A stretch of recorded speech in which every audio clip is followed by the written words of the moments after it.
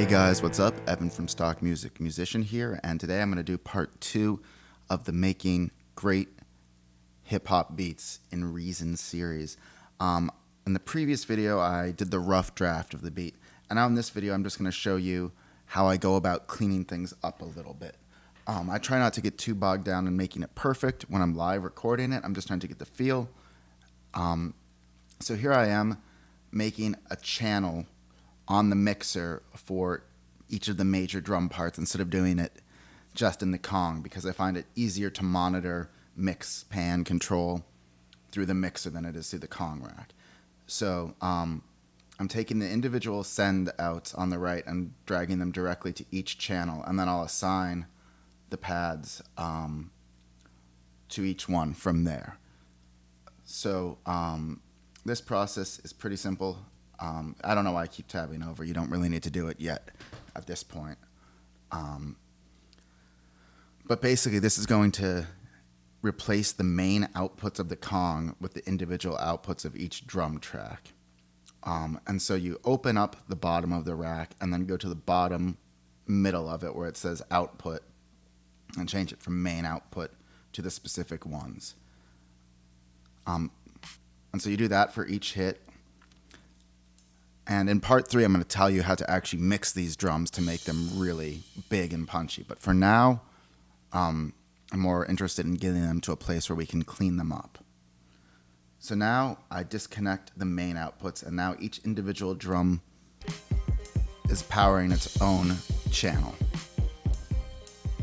So you can see, you can adjust the levels individually and the pan individually, and this will make it really easy to monitor the individual tracks. So now I just want to go through and listen to the individual kicks to make sure they're mostly okay. And in time, really, is what I mean by okay. And it's a bit laborious, but this is really what you have to do to get beats that sound decent. So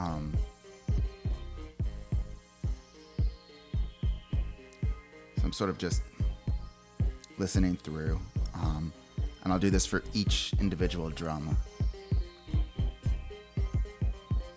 So now that I'm pretty happy with the kick, I'm going to bring the snare in and make sure that that works as well. I'm still not really trying to set the levels perfectly, I'm just getting a rough sense.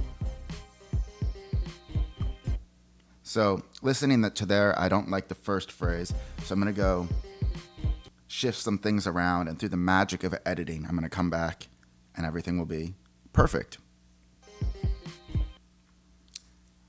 Now let's enter the time warp. Ooh! It all works. Now to start bringing in the cymbals and making sure those are in the right place.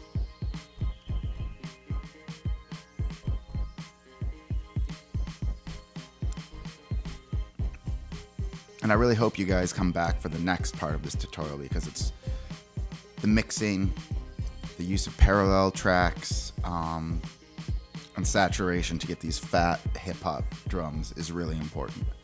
And that's a huge part of how you make this all work. But now let's go check out the individual cymbal tracks as well. And just sort of pan them to the right like they would be in real life. Even though the snare is usually a little bit to the left in real life, for a lot of types of music it helps just keep it in the middle of the mix, because that way the snare is such an essential element that if it's off to the side and somebody's not listening on a good speaker system with a good stereo field, it might disappear. And it's important that it's always there. So that's why I like to keep it in the middle.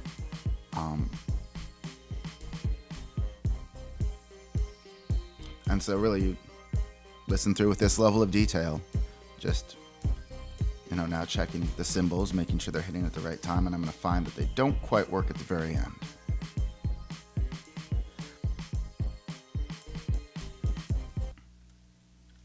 So we just take out those last couple hits, and everything comes together perfectly.